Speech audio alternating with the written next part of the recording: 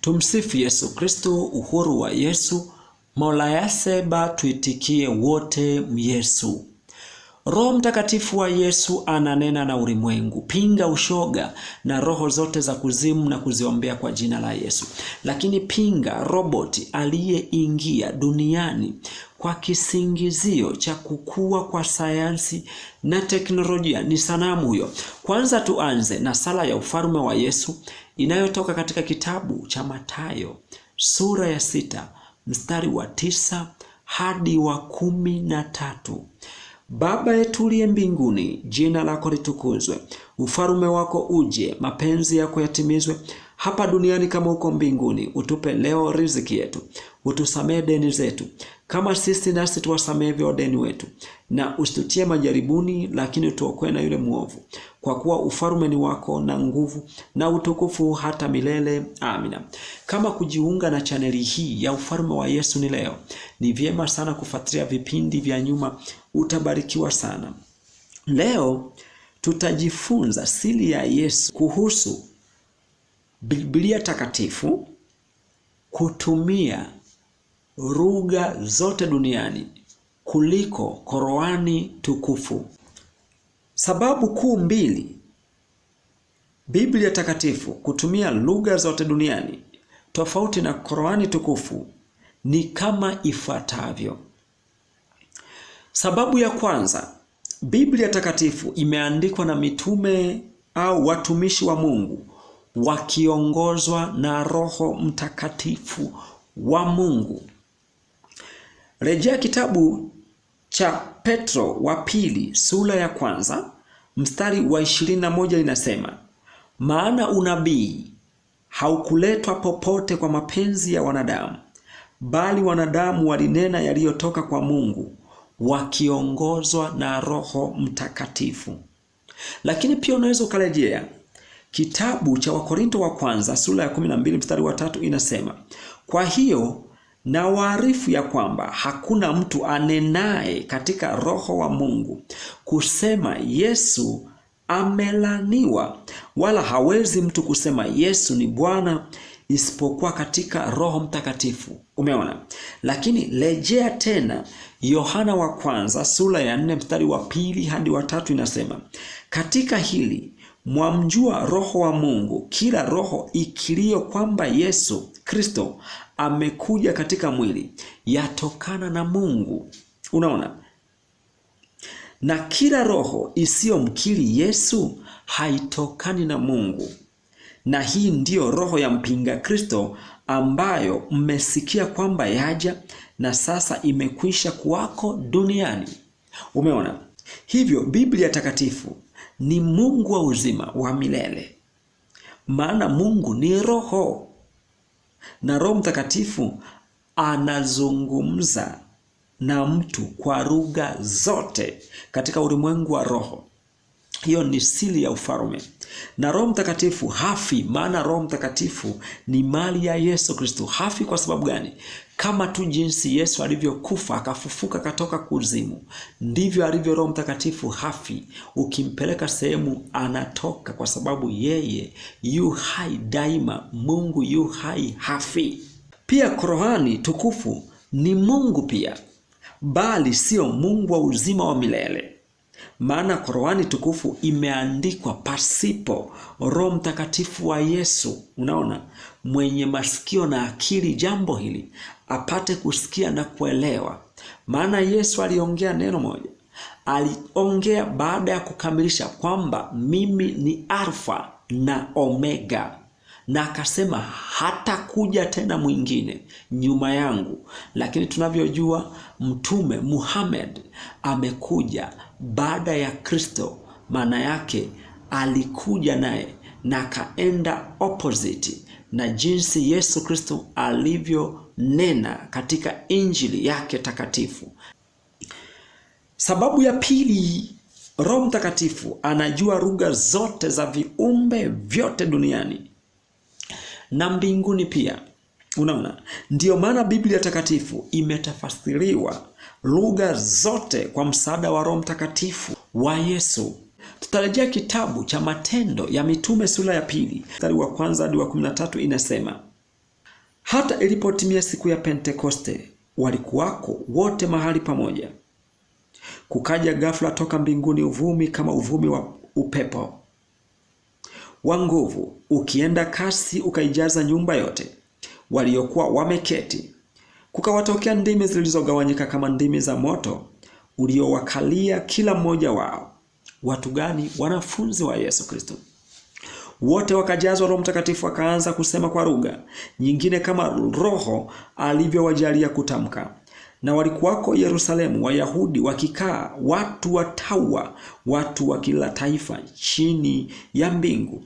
Basi sauti hii iliposikiwa, makutano walikutanika, wakashikwa na fadhaa, kwa kuwa kila mmoja aliwasikia wakisema kwa lugha yake mwenyewe. Wakashangaa wote, wakastajabu, wakiambiana, tazama, hawa wote wasemao si wa Galilaya? Imekuwaje basi sisi kusikia kila mtu lugha yetu tuliozaliwa nayo? Maana walizungumza mpaka lugha ambazo ni za wageni.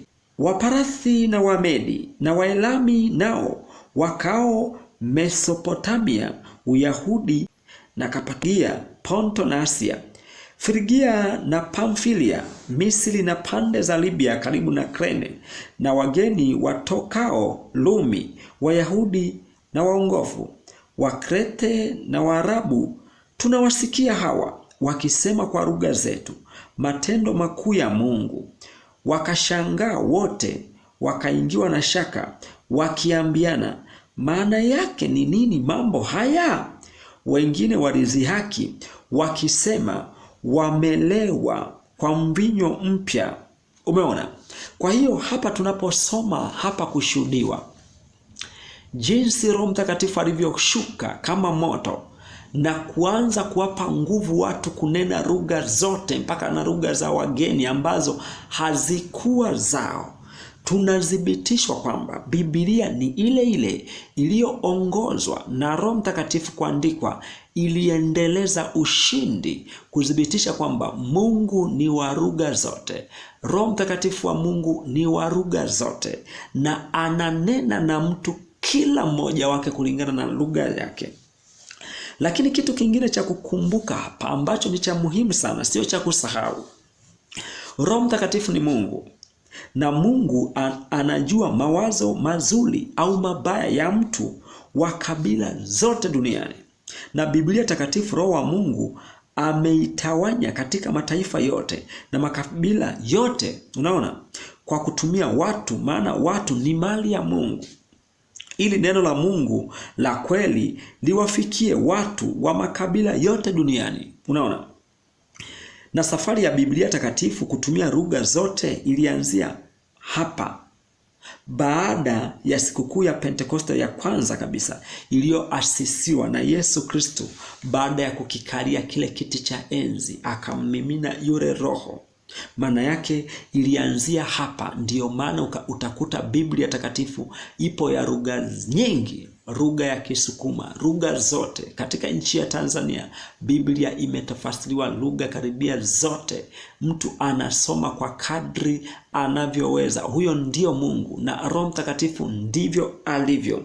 Lengo la kufanya hivyo katika Biblia takatifu, Mungu wa mbinguni, yani Yesu Kristo, ni kuwahubiri na kuwaokoa watu wote ulimwenguni wa kabila zote bila upendeleo wa kikabila, kama ilivyo vitabu vya hekima ya Shetani, maana vina ukabila na undugu, yani ubinafsi ambao kwa Mungu hana.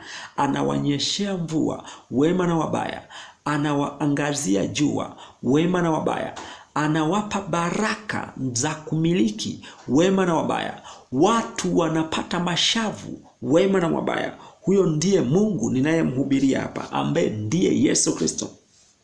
Kumbuka, Yesu alikuja kwa ajili ya ulimwengu, na kumbuka ili Yesu Kristo hakuja kwa ajili ya Waisraeli, alikuja kwa ajili ya ulimwengu. Rejea kitabu cha Yohana 3 mstari wa 16 hadi 18, nasema, Kwa maana jinsi Mungu aliupenda ulimwengu hata akamtoa mwanae wa pekee, ili kila mtu amwaminie asipotee, bali awe na uzima wa milele.